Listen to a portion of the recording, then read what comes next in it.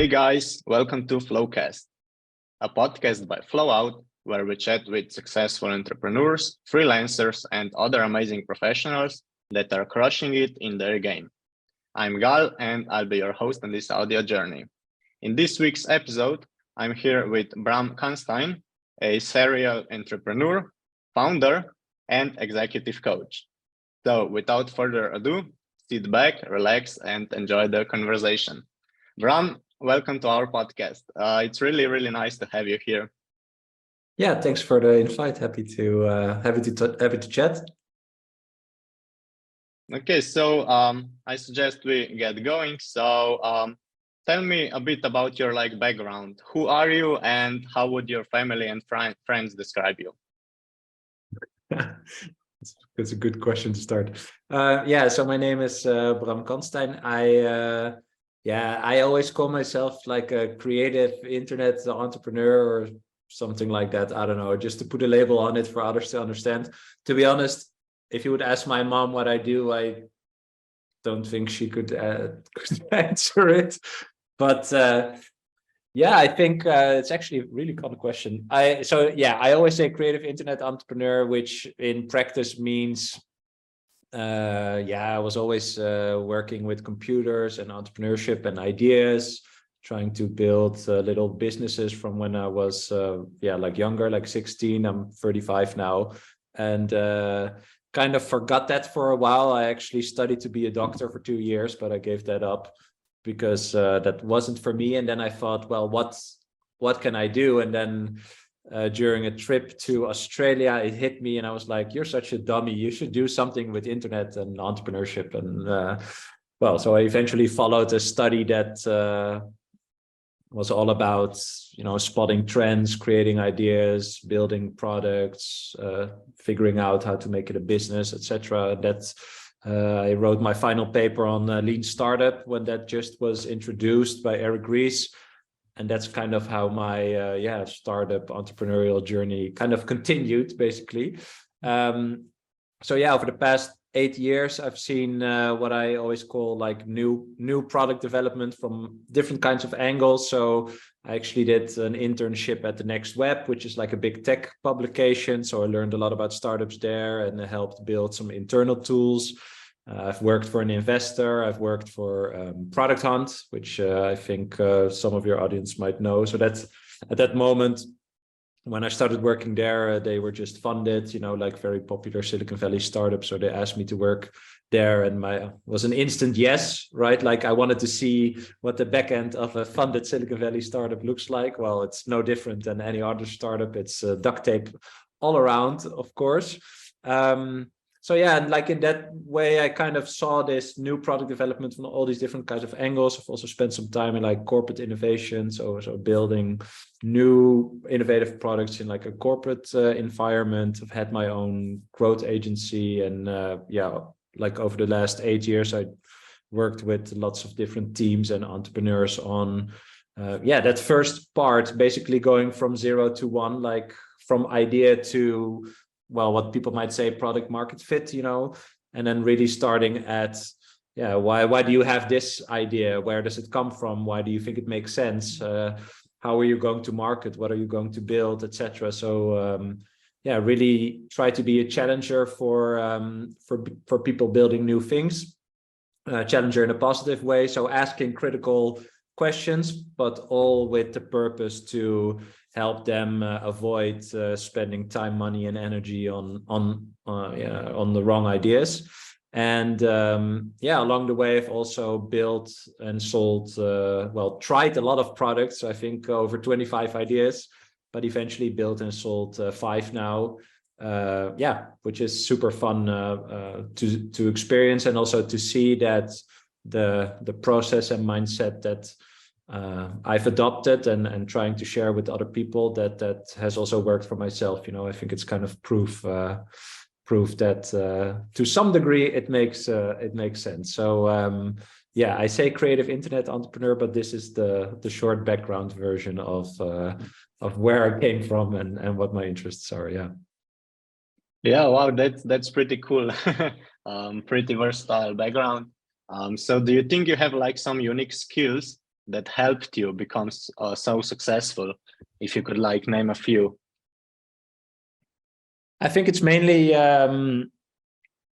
yeah, what people say is kind of like growth mindset, you know. So I'm not a coder, I'm not technical, I have basic HTML, CSS design skills. I wouldn't even say I'm a basic coder even.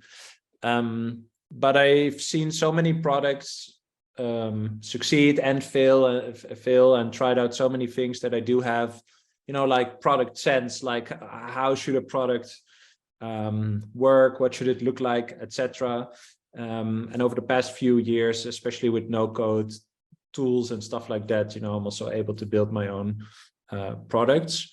But I said growth mindset really because I think eventually having ideas and trying to validate them, see if they make sense, see if you can get to a point where you can objectively say, I should spend more time, money and energy on this thing.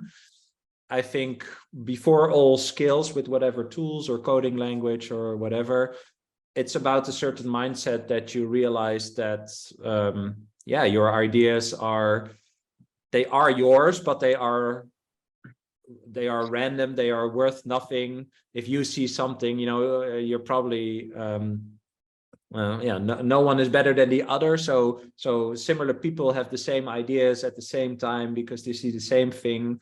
And I really think that should be the start for anyone, right? So I have an idea, it's amazing, I think it's amazing, everyone falls in love with their own idea, you know. But then the second thought should be, nobody gives a shit, you know, nobody cares that I have this idea. Nobody wakes up in the morning and thinks, oh, Bram has this amazing idea, you know. And that, I think, should be the outset for everyone validating an idea, is that it is worth zero, and it's your task, not only for yourself, well, mainly for yourself, but also for possibly the people that you want to service, to figure out how, or well, if and how it makes sense, you know, in what shape or form you want to put your product or your service or your book or whatever the idea is about. And approaching it like that, I think, really requires this growth mindset of understanding that you don't know everything, that you have to figure it out, that you're going to fail, that you have certain limitations in your skills, right? Like I cannot code, so I need other people. But if I need other people, I can do stuff before I brief these other people, right? I can do so many things before I can say, you know, this is not only me pitching a developer an idea. No, I actually have proof that it should make sense for them to team up with me to make something, right? And that is, yeah, I think the most crucial kind of like thing, the mindset thing. So you see a lot of people that have ideas, and, you know, each idea is kind of like the big thing, you know, the thing where you eventually end up with. And they think they should make that thing tomorrow, or they should start making that thing tomorrow. Which I think is not the case. You should break it down to like smaller parts to make sure that, for example, if you have a very bad idea, which is the outlook, right? Like 99 of 100 ideas just suck. You want to get to that point where you can determine that it sucks as fast as possible. And if it doesn't suck, then only then you continue, basically. So yeah, I would say that is the core kind of mindset I think everyone should adopt, because skills and stuff you can really, you know, that's an endless journey, you know. But that mindset thing you also have to learn by doing. But I think that is something, not everyone has that, I think, and that is fine. But I think that is the main thing. Yeah, nice. I completely agree. I think that's a nice way of like looking at things. I was just wondering, what's your process for validating a business idea once you come up with it, from your experience? Well, the first step is just the trap that everyone has, is I buy a domain name, probably something like that. No, just, well, yeah, no, I'm not kidding. I do have quite a few domain names that I eventually didn't do anything with. Well, I would say first step really is writing down this big idea, right? What do you think it eventually could be? And I always point people to the business model canvas of Strategizer. I think that's a real nice way to sketch out basically your idea, right? So the idea is basically a product plus a business model, right? And the product consists of the thing, but also the value proposition. So you can kind of like sketch it out like, okay, this is where it eventually could go. And then you write down your assumptions, basically. So I view ideas as a combination of assumptions, right? Things that you think are true and also must be true for the idea to work. And those assumptions could come from things you see, things you know, things you've learned, or whatever. And all these things together eventually are the idea, or combined are the idea that you have. And so you can have assumptions basically on 3 levels. So they can be about the market, or the problem and the people who experience the problem, right? So can you define a certain type of customer segment that has a defined problem?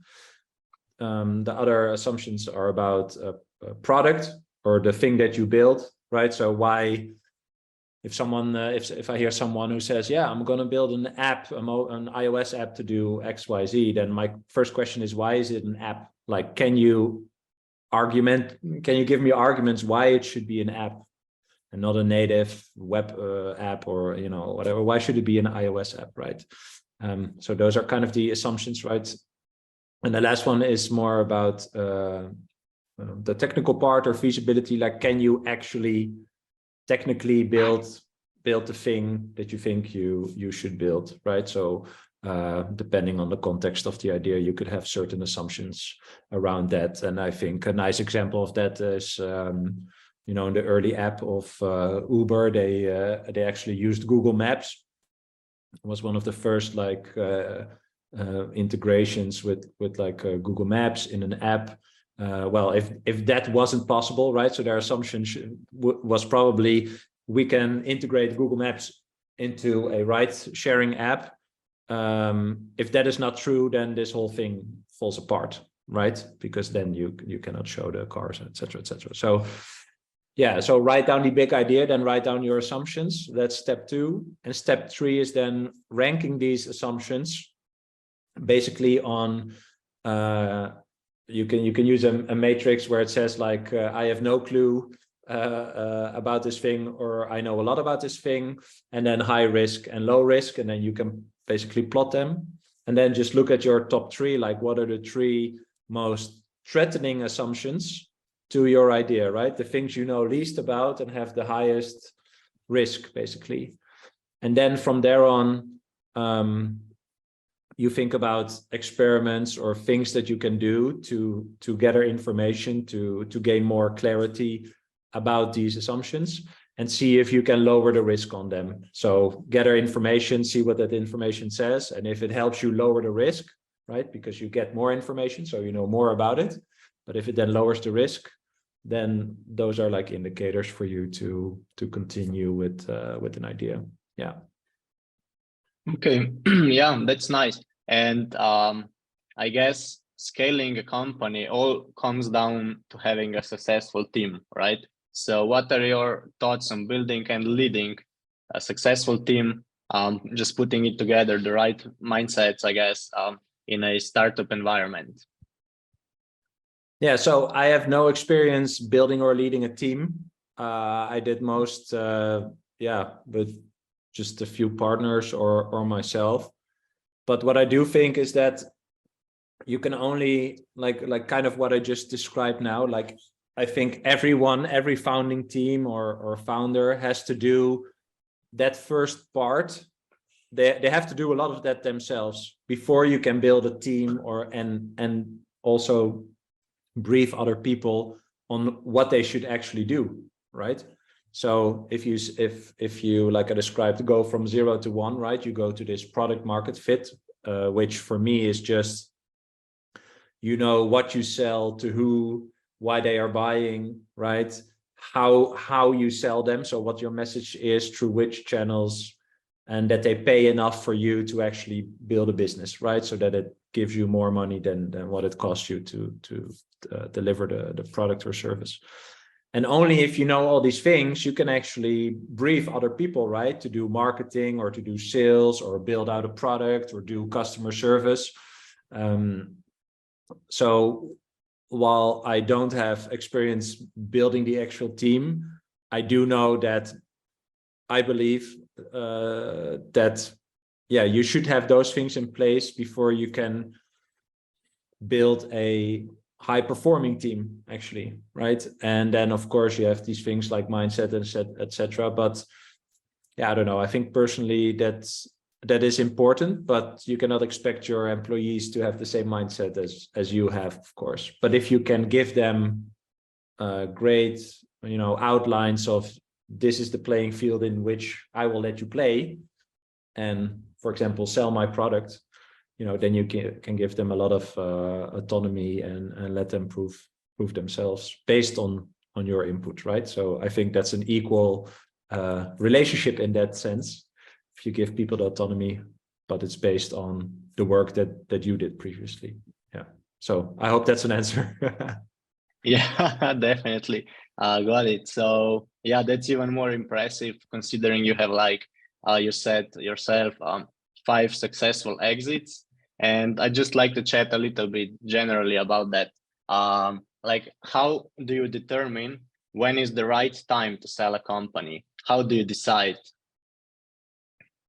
There were 3 were random and 2 were just like, eventually I figured out after, well, I think only like not even 2 years ago or something, I realized that I'm an ideas person. Like, I like that 0 to 1 stage, not only for myself, but also currently I coach entrepreneurs and teams in this phase, and I consult them also, but yeah, well, that obviously also kind of overlaps.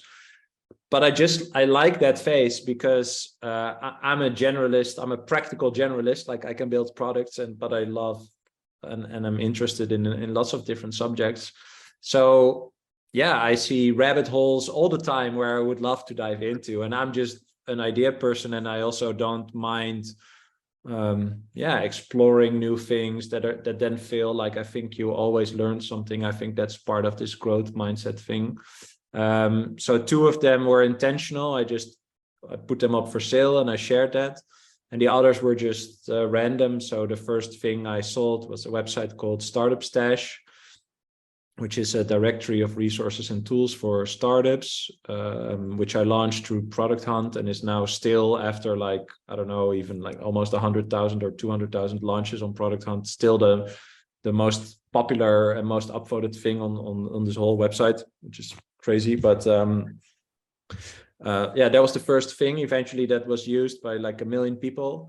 And I was calling with this guy from Tel Aviv through someone else I knew on the internet about something totally different. And then he asked me like, hey, how's Startup Stash going? So I told him, and then I said, but actually, maybe I'm thinking about maybe selling it, or seeing if that could be an option. And then he asked me like, what's your price? And then I said a price, and then he said, okay. And I was like, oh shit, should have asked for more, which is fine, of course, eventually. But that was just random. And others also, like I sold one product to a VC from Silicon Valley, just through chatting with people and just sharing it. So not super intentionally, but actually, it always felt just good. Like, I see money as something that you use to buy time. And then I use that time to play around with new ideas and go down other rabbit holes, and just kind of hustle it together in that way. So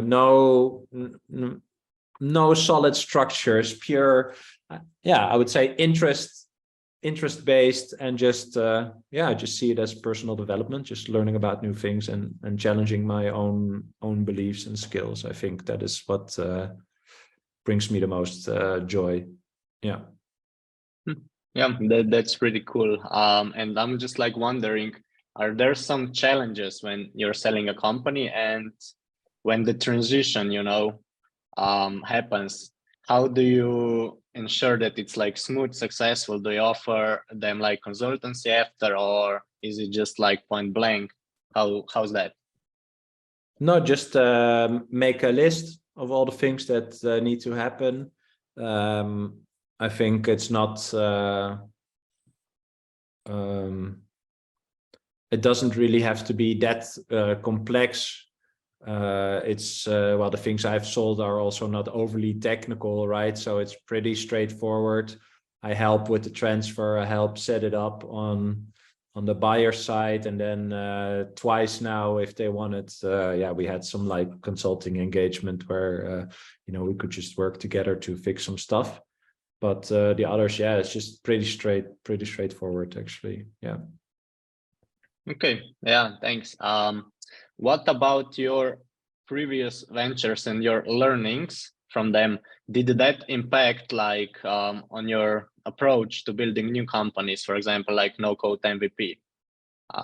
Oh yeah, 100%. So the first version of, if people go to startupstash.com now, they see a way different website than what it was when it started. So basically, there are 40 categories that kind of follow the journey of a startup, starting at idea generation, you know, coming up with a name, buying a domain name, etc. And I think like the last category was like investor relations or something about raising funding. So it like followed the whole journey of a startup. And yeah, it was just 40 square orange blocks with the name of the category on it, no fancy design, nothing. Again, those were my basic skills. But eventually, because it was a curated directory, each category had 10 suggestions for resources and tools. I didn't say which were the best ones or whatever. I just gave people a kickstart to find something that suited them. And that was the value that people hooked onto. And for me, that was a great learning, because eventually, like now, if you ask someone, for example, you know, like pitch me your startup idea, or, you know, you ask someone that, then they will say, you know, I'm better, faster, smoother than these other people, yada, yada, yada. But that is not really what it's about, right? Like eventually you can change your product or your service thousands of times, right? It's endless iteration. But if you understand what value people want, and if you can actually deliver that value, that is what it's about, right? So I had 40 orange square blocks. I think they could have been pink, and there would have not been any difference in the exchange of the value for the people that found the website. So that was my biggest learning there, that it's about finding or determining that value, one, and two, figuring out what is the fastest way that I can deliver this value enough, quote unquote, times to determine if this makes sense, and then if I can scale it. I think that is the basic process, eventually very drilled down, of a startup, right? And I always give this analogy that I call the pizza analogy. Like when you order a pizza, for example, from an ordering app, you know, like you see the name of the pizza, the ingredients, maybe a little picture, you see the price, right? That is the value proposition, basically. And maybe somewhere it says delivered in 15 minutes, whatever. That is the basic value proposition, right? So if I say, okay, I want pizza number 2, and I order it, my expectation is that within that proposed time, that pizza with those ingredients is warm in front of my door, right? So that I can eat it. The value is that pizza, but my goal is to eat it because I'm hungry, right? So through the value of the pizza, I am achieving my goal of not being hungry. So that is what I expect. How that pizza is made in a wood oven, a supersonic, nuclear, whatever, I don't care. How the pizza is delivered, you know, a bike, a guy running in a van, a plane, I don't care. So there's like a blank part between this is what was proposed to me and what I agree to, and this is my perceived value, and this is the value that I am getting. And how that's done, I don't really care. That was my biggest lesson. So when the pizza is on time and it's tasty and it has the ingredients that I thought of and I'm not hungry anymore, that is the perfect value exchange. And when you ask people like, pitch me your idea, they are pitching the oven or how this delivery is going and all these things. But that is not, I don't care about that as the customer, right? And even when people are creating software products, when they say, oh, it's faster or nicer or works more smooth, still, I have a goal to achieve, right?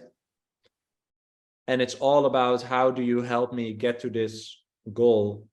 And if that's because your design is different or mobile responsive or whatever, that's fun and nice. And in 2023, for some products, mandatory even, right? You have to be work in a certain way or else people won't even sign up for the thing. But eventually it's about the goal that I want to achieve. What is my need? What do I want to achieve? And if you can help me with that, then I give you money. And then if it's pink or purple or lime green, your product, that doesn't really matter. Yeah, I think that was really my biggest lesson of that first part. And eventually that's translated into these other things I did. And eventually into No Code MVP, which is an online course where I teach people how to build and validate their startup ideas without using code.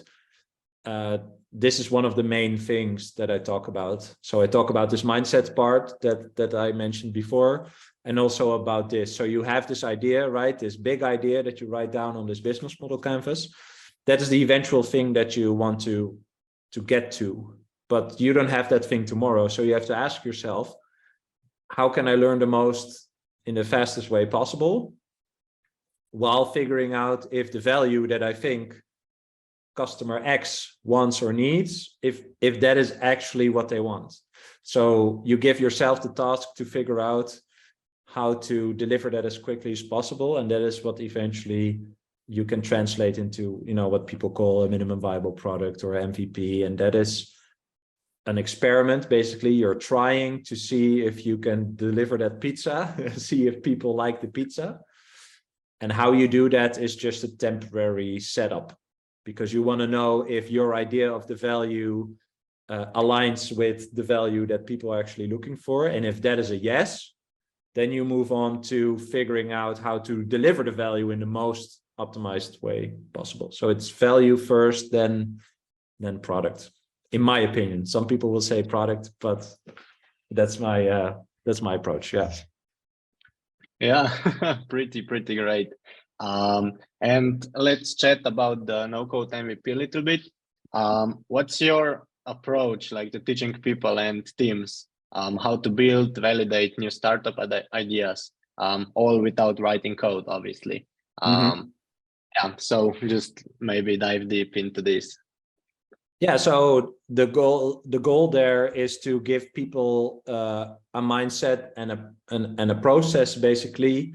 So it's called No Code MVP, but only 20% is about no code tools, because I think that is just my set of no code tools that work for me, that I can explain very well.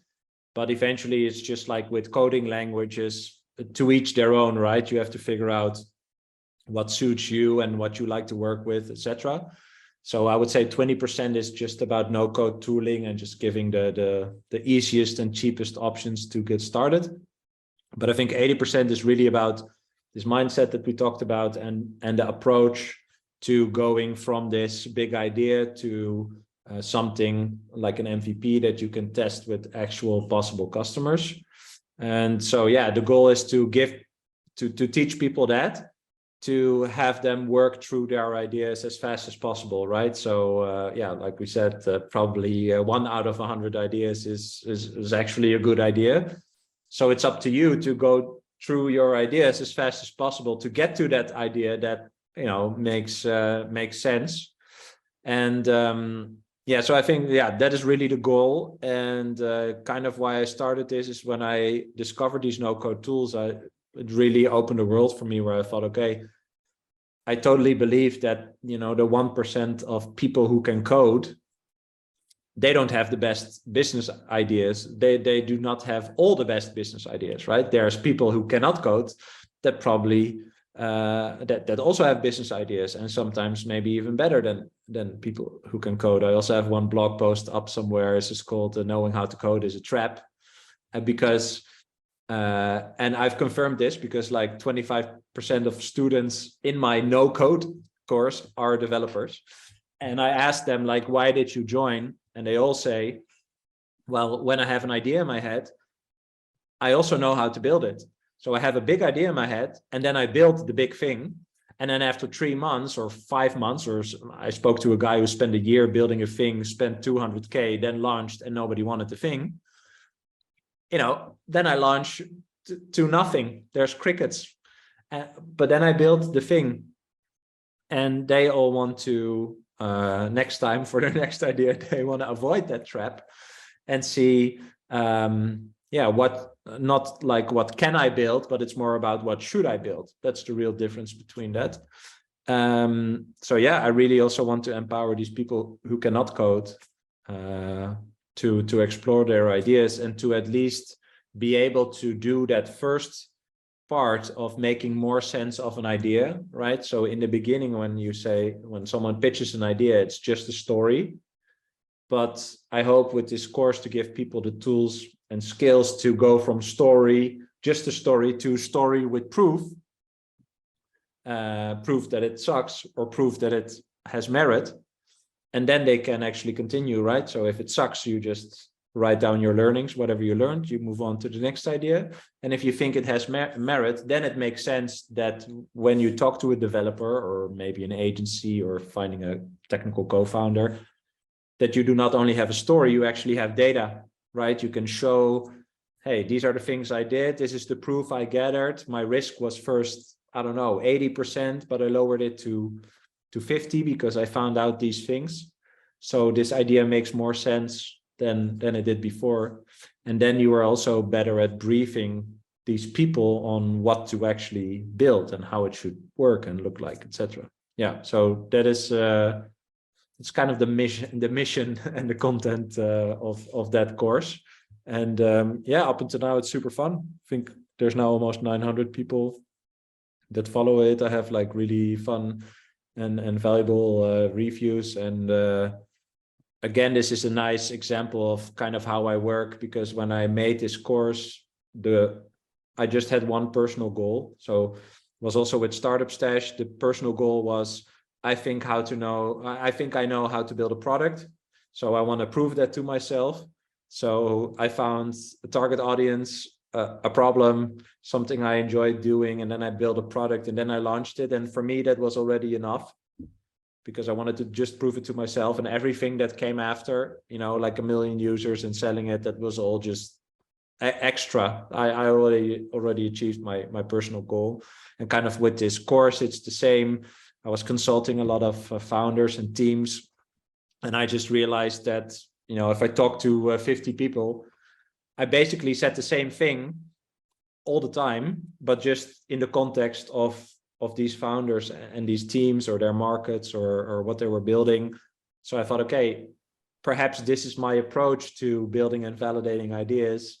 It would be a nice challenge to put that into some shape or form, like a book or something like that. But then I chose a course because I've never built a course. And that's also, I taught myself how to record and edit videos and all these things.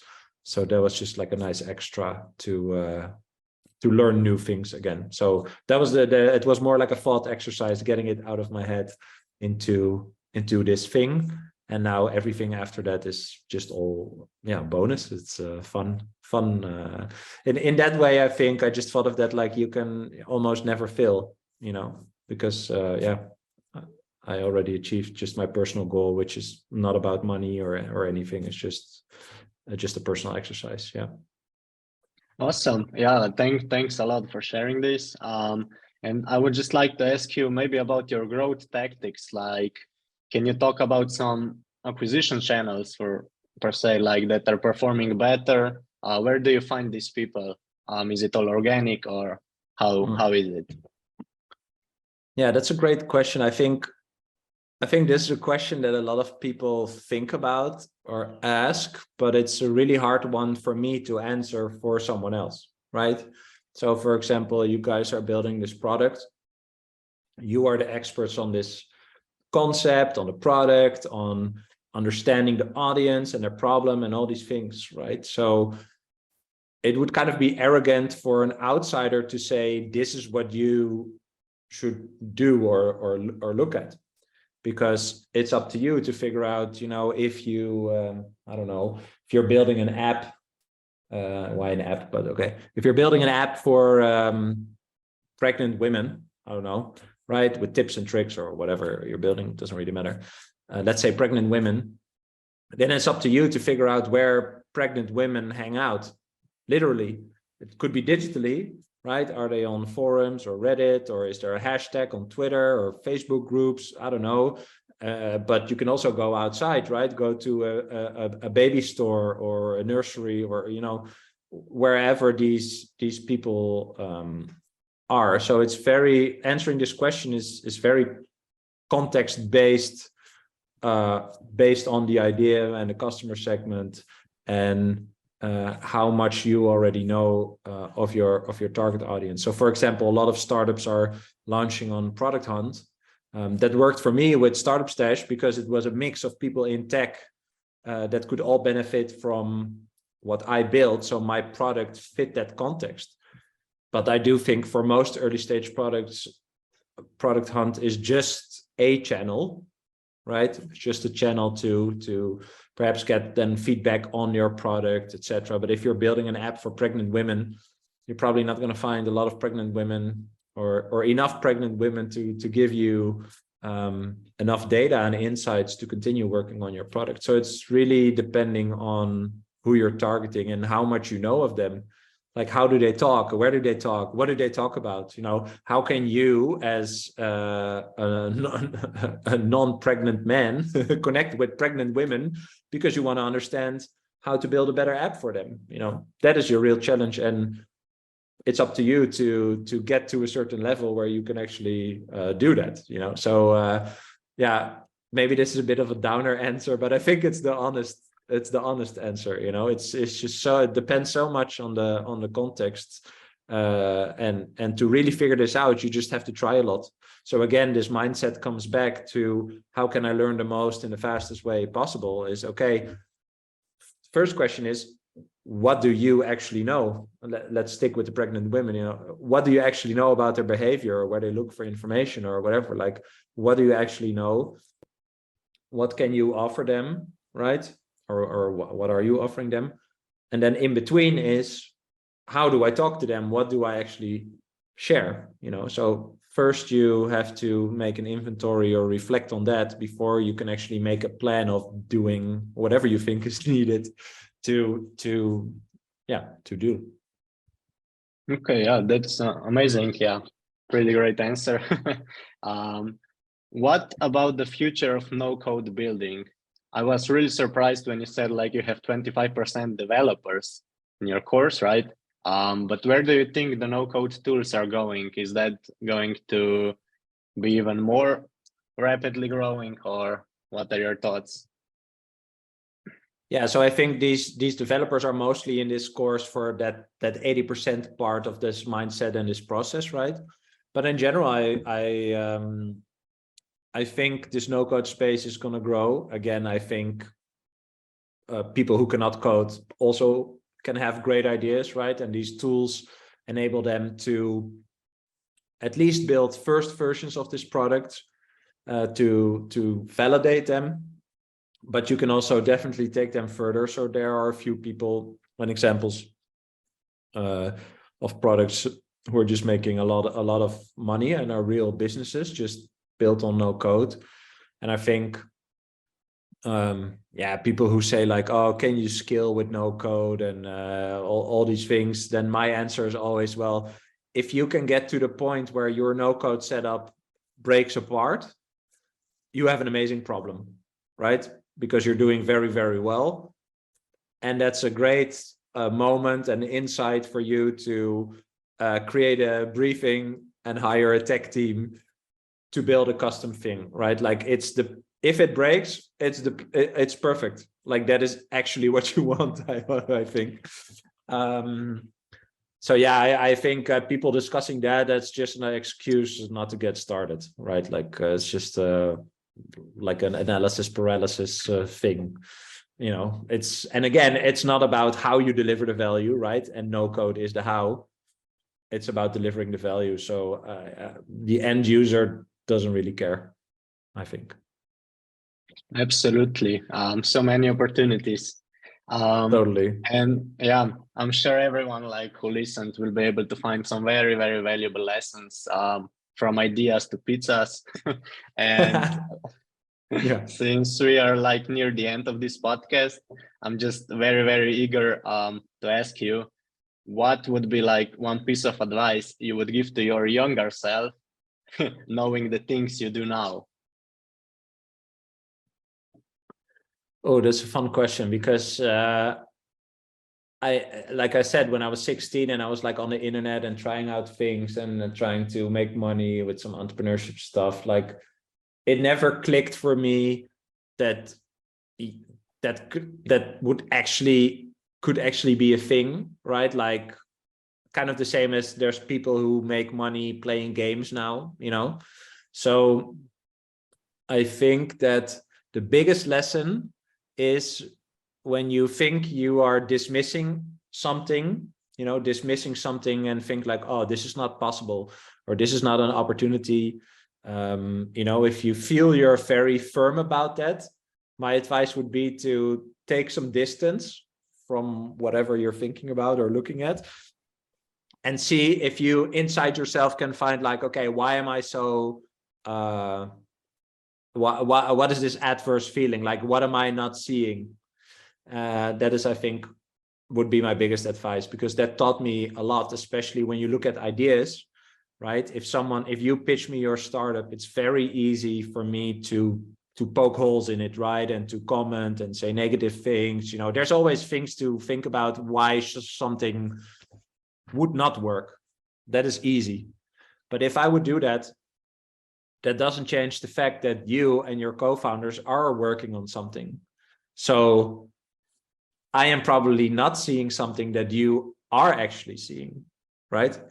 So I think that works the same for yourself. When you are really dismissing something, it should not be about confirming your whatever you believe, but challenging yourself. Like, what am I missing? Do I actually understand this thing? Do I actually have all the information to make this judgment? Yeah, so I think that would be my biggest advice. Yeah. Yeah, great advice. And just like before we wrap it up, maybe end this off on a light note. I have some burst questions for you. Cool. So what's your favorite book? It's Untethered Soul by Michael Singer. And it's my Bible. Yeah. And if you listen to any podcast, what's your favorite? Joe Rogan all the time. Okay, fair.